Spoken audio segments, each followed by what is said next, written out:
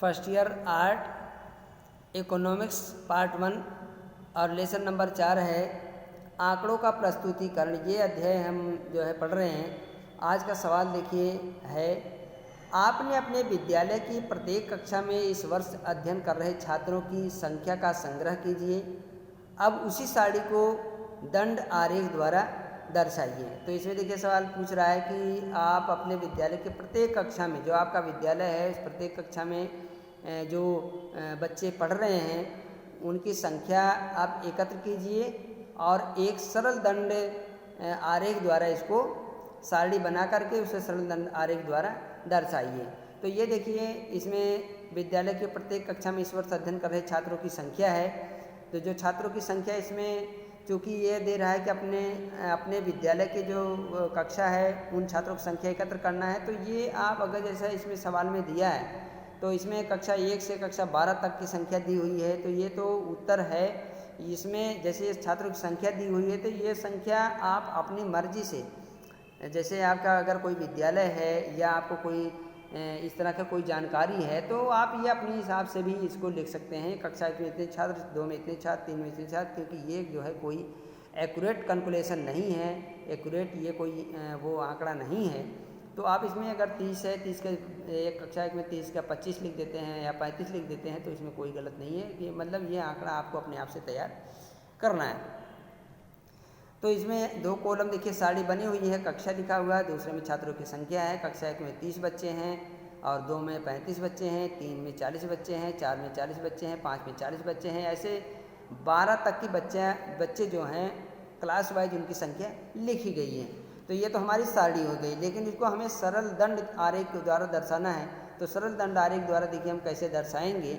यहाँ पर सरल दंड आरेख है, सरल दंड आरेख है। इसमें आप जो है 2 लाइन है, एक तो ऊर्ध्वाधर लाइन है, एक 2 क्षैतिज लाइन है, या 0x है, 0y है, OX OY रेखा खींची हुई है। तो OX रेखा पर नीचे देखिए क्या है, कक्षा लिखी हुई है जहाँ पर 1 2 3 4 5 6 7 8 9 10 11 12 तक के बच्चे जो कक्षा में पढ़ते हैं, 1 से कक्षा 12 तक की कक्षा के जो है क्लास है, कक्षा है। और दूसरा जो हमारा जो ऊर्ध्वाधर लाइन पे OY रेखा है उस पर हमें जो है छात्रों की संख्या लिखी हुई है कि तो इसको हम सरल दंड आरेख के द्वारा दर्शाएंगे। तो सरल दंड आरेख में देखिए इसमें क्या है, जैसे कक्षा 1 है, कक्षा 1 में कितने छात्र हैं, 30 छात्र हैं। तो 30 छात्र यहाँ पर जहाँ पे 30 है वहाँ 30 तक का दंड बनाना है। कक्षा 2 में 35 छात्र हैं तो आप 35 के सीध में दंड बनाना है। और 3 में हमारे 40 बच्चे हैं, 4 5 में 40 बच्चे हैं तो तीनों का 40 के सामने तक का ये दंड बनाना है। 6ठी क्लास में हमारे 45 बच्चे हैं तो 45 के सामने तक का दंड बनाना है। तो जिस क्लास में जितने बच्चे हैं उतने बच्चों की जो संख्या है उस संख्या के सामने तक ही ये दंड बनाना है। ये है सरल दंड आरेख। ध्यान दीजिए यहाँ पे जो कक्षा की संख्या लिखी हुई है, जहाँ पे कक्षा में जो कक्षा 1 की जो क्लास है जो दंड बनाया है, तो ये दंड जो बना हुआ है ये दंड सभी एकदम बराबर होने चाहिए।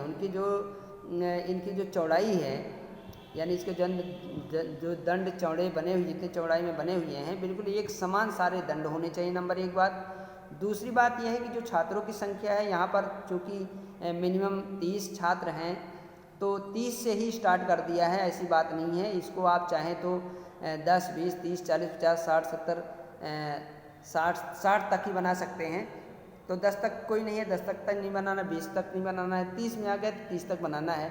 और इसमें जो छात्रों की संख्या 30 35 40 45 50 55 60 दिया हुआ है। तो इसमें आप देखिए कि एक बराबर खानों में डिवाइड हुआ है। 30 से 35 35 से 40 जो खाना डिवाइड हुआ है वो खाना भी आपको जो है बराबर डिवाइड करके बनाना है।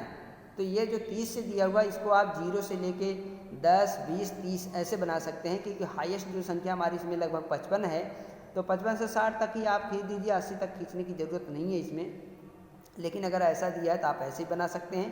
30 दिया है तो 30 है, उसके बाद 35, लेकिन 30 35 40 के बीच का जो खाना है जो डिवाइड है वो एकदम खाना बिल्कुल डिवाइड बराबर डिवाइड होना चाहिए। जैसे 1 सेंटीमीटर 2 सेंटीमीटर ऐसे हैं, 6 सेंटीमीटर खींच लीजिए, बराबर खींच लीजिए, उसी हिसाब से और डिवाइड्स में जो है उसके सामने दंड बना दीजिए। लेकिन दंड जो बनेगा ये दंड भी एकदम बिल्कुल सारे दंड एक जो है चौड़ाई की होने चाहिए और बिल्कुल एकदम सीधा जो है सीधाई पे होने चाहिए, टेढ़े तिरछे नहीं होने चाहिए, ये इसकी खासियत है। तो अब ये जो हमारा सवाल था, इस तरह का दंड आप बनाएंगे। हालांकि ये जो दंड है इसमें ऊंचा नीचा दिखा रखा है क्योंकि सीरियल से नहीं है, तो ये चूँकि कक्षा है, हर कक्षा में अलग अलग बच्चे हैं, उनकी संख्या कम है, इसलिए दंड ऊंचा नीचा बना हुआ है। तो ये ऐसे बन सकता है, इसमें कोई प्रॉब्लम नहीं है। तो मैं समझता हूँ कि आप जो सरल दंड आरेख है आपने पहले ज़रूर पढ़ा होगा, और एक बार अगर इसको जो है आप बना कर देखोगे तो आपको ये बनाना आ जाएगा, मतलब बहुत आसानी से आप ये समझ सकते हैं।